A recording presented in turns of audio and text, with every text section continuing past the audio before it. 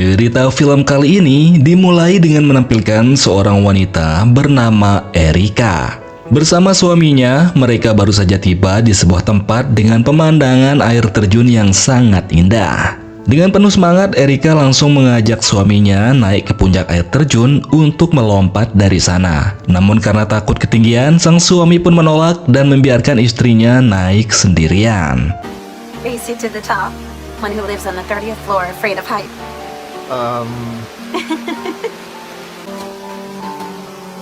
Tak lama kemudian, Erika pun telah sampai di puncak air terjun. Dari sana, dia melambaikan tangan sambil berteriak memanggil suaminya. Namun karena gemuruh air terjun yang sangat deras, sang suami cuma bisa melambaikan tangan karena mereka kesulitan untuk saling mendengar.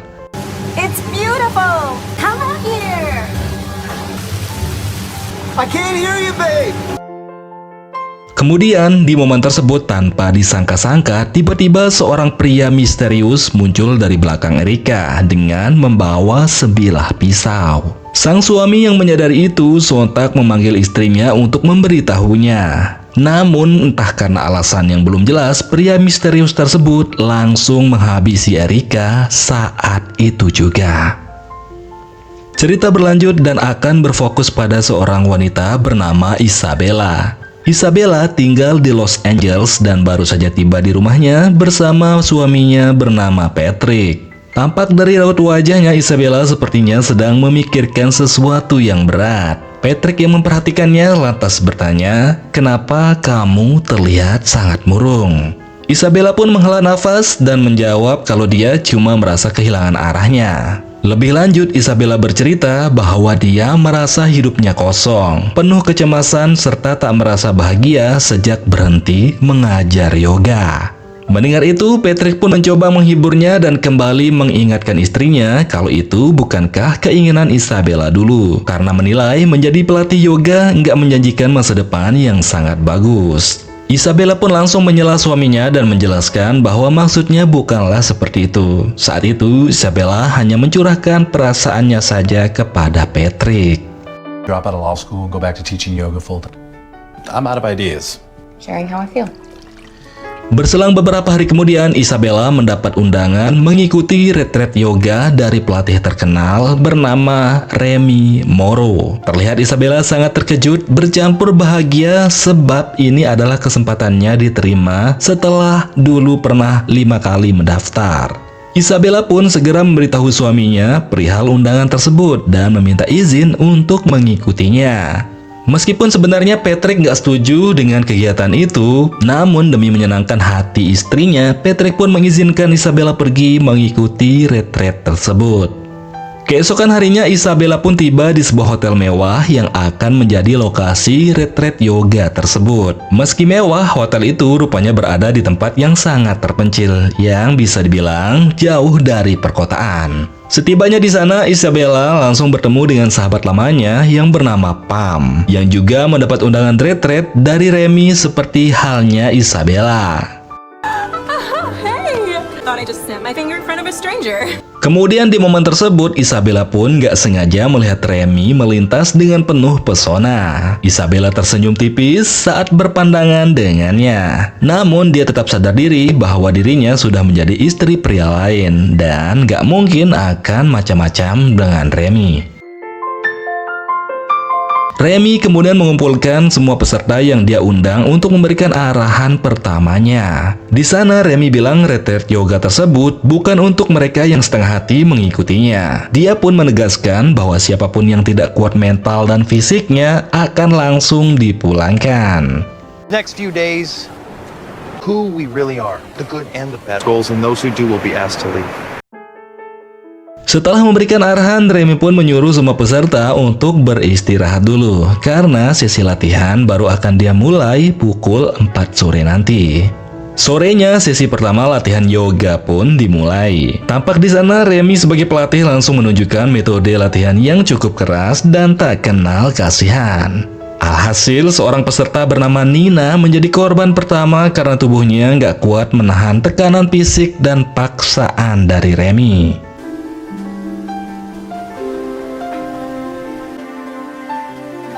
Ketika Nina terjatuh, Remy pun langsung menghampiri dan selanjutnya membisikkan sesuatu yang membuat Nina bersedih. Setelah latihan tersebut, Isabella dan Pam yang merasa penasaran kemudian menghampiri Nina untuk menanyakan apa yang telah Remy katakan padanya. Dengan raut wajah yang bingung, Nina pun menjawab kalau Remy meminta dirinya untuk datang ke ruangannya nanti malam. Mendengar itu, Pam pun langsung berkomentar sambil menakutinya bahwa itu adalah tanda Nina akan dipulangkan oleh Remy. Singkat waktu, malamnya Nina pun memenuhi panggilan Remy dengan perasaan yang begitu khawatir. Di ruangan tersebut, Remy kemudian menatap Nina dengan penuh tekanan bahwa dia akan memulangkan Nina karena kondisi fisiknya yang lemah. Namun, Remy memberikan penawaran kalau dia bisa saja mencabut keputusannya asalkan Nina mau memenuhi satu persyaratan darinya. Dengan penuh kebingungan, Nina pun sontak langsung menanyakan apakah persyaratan yang diminta Remy tersebut.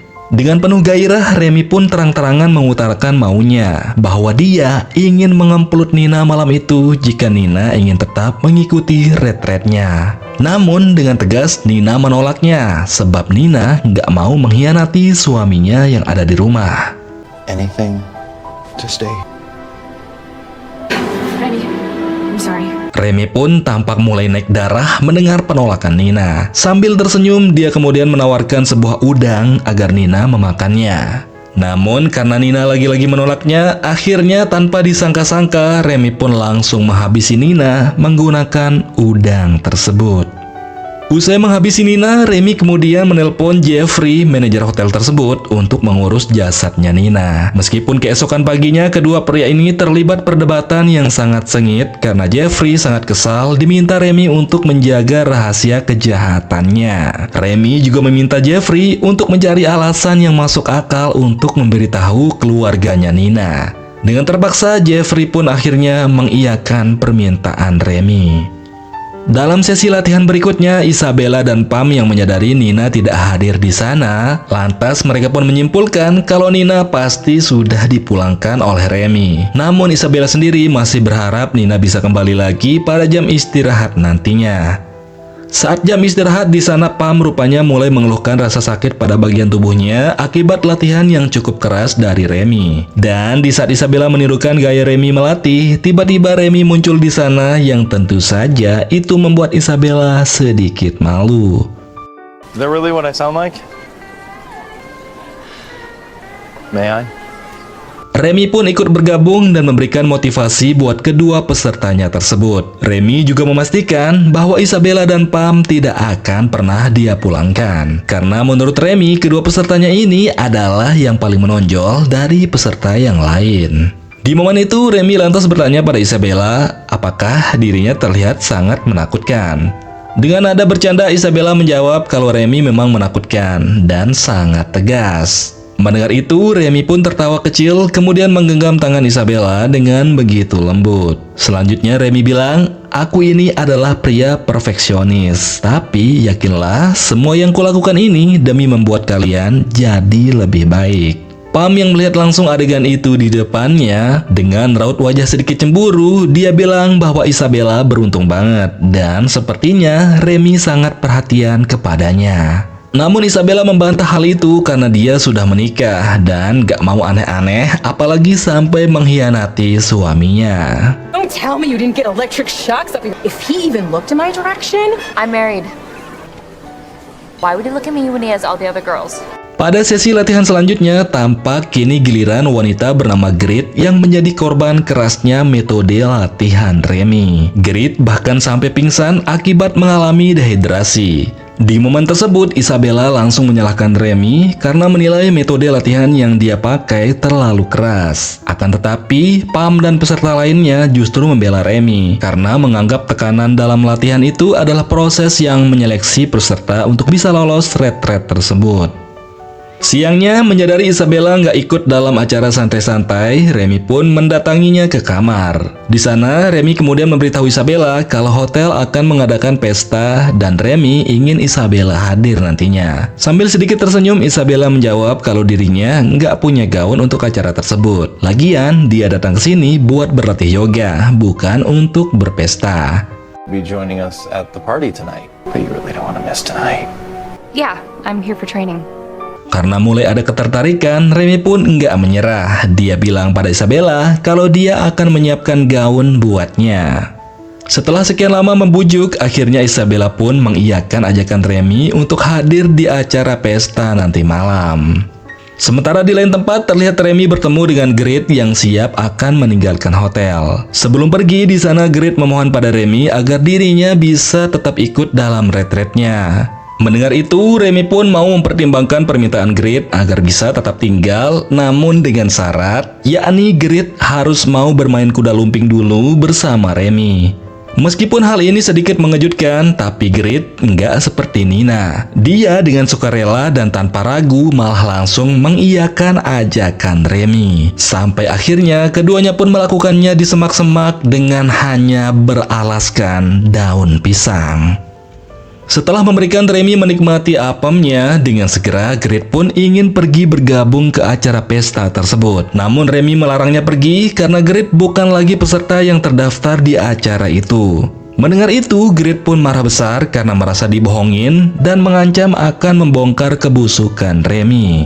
Menyadari Grit mengancamnya, lalu tanpa pikir panjang, Remy pun langsung mengirim Grit ke alam lain, menjadikannya korban keduanya setelah Nina.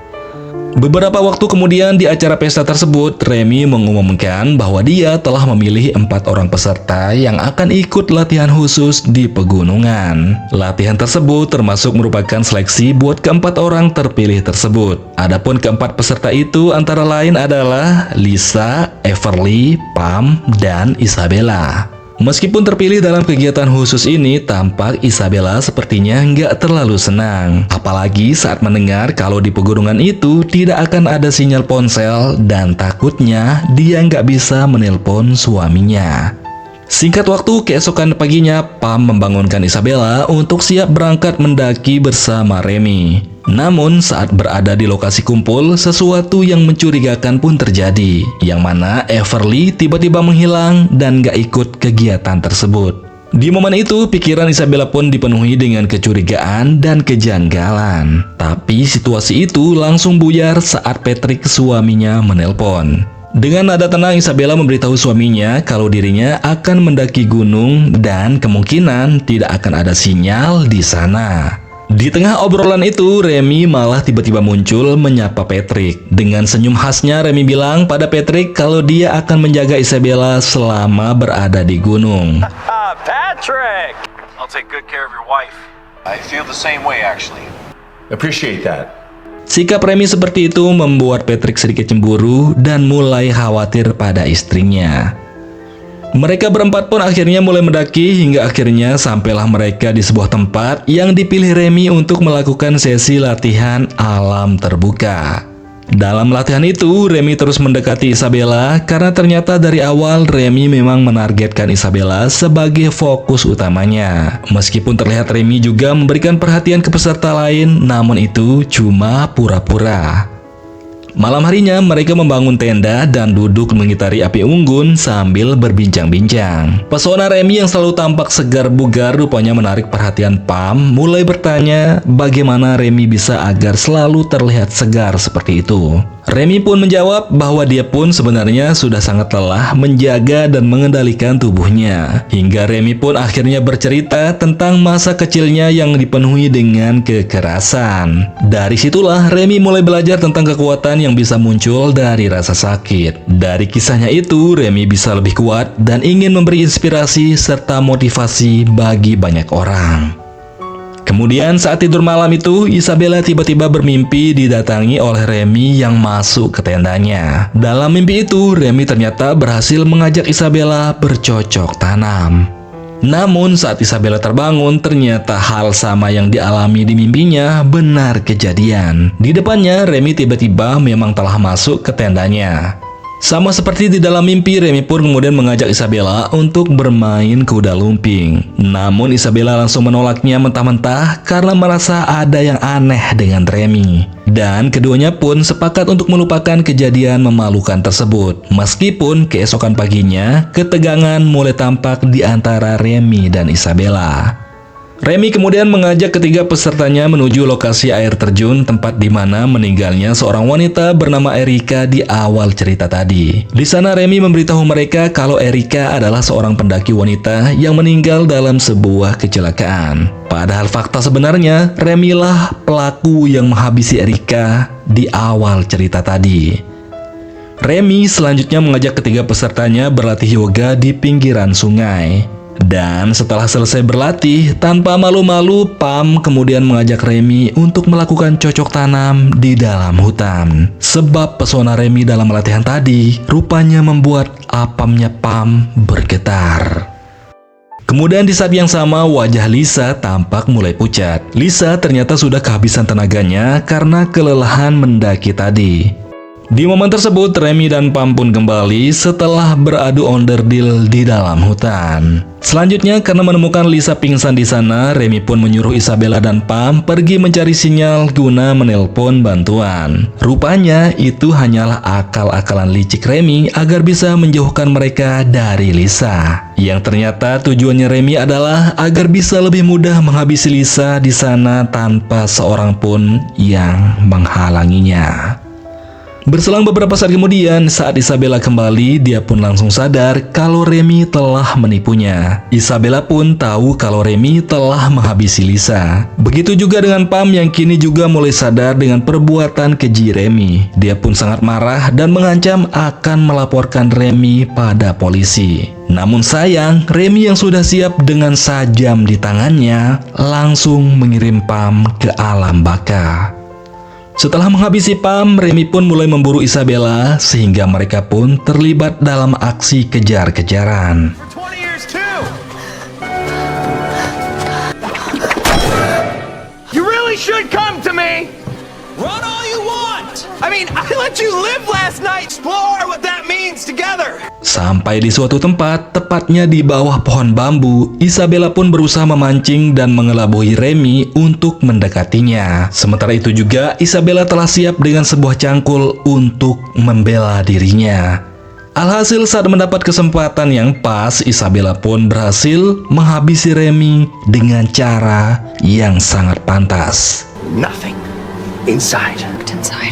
Oh yeah? Di bagian akhir cerita, setelah kekacauan itu, Isabella pun kembali ke hotel. Di sana, dia melihat kerumunan orang-orang yang menyaksikan polisi berhasil menemukan beberapa mayat korban kejahatannya Remy. Polisi juga menangkap Jeffrey, manajer hotel yang terlibat dalam kejahatan yang dilakukan oleh Remy. Di sini akhirnya terungkap Remy ternyata bisa dibilang adalah seorang psikopat yang sengaja mengincar para istri orang untuk diemplut, dan setelah itu dia akan menghabisinya tanpa ampun. Dan untungnya Isabella berhasil selamat dari kejahatan Remy. Sehingga kini dia pun sadar bahwa pelukan suaminya lah tempat yang paling nyaman untuk menemukan ketenangan hidupnya.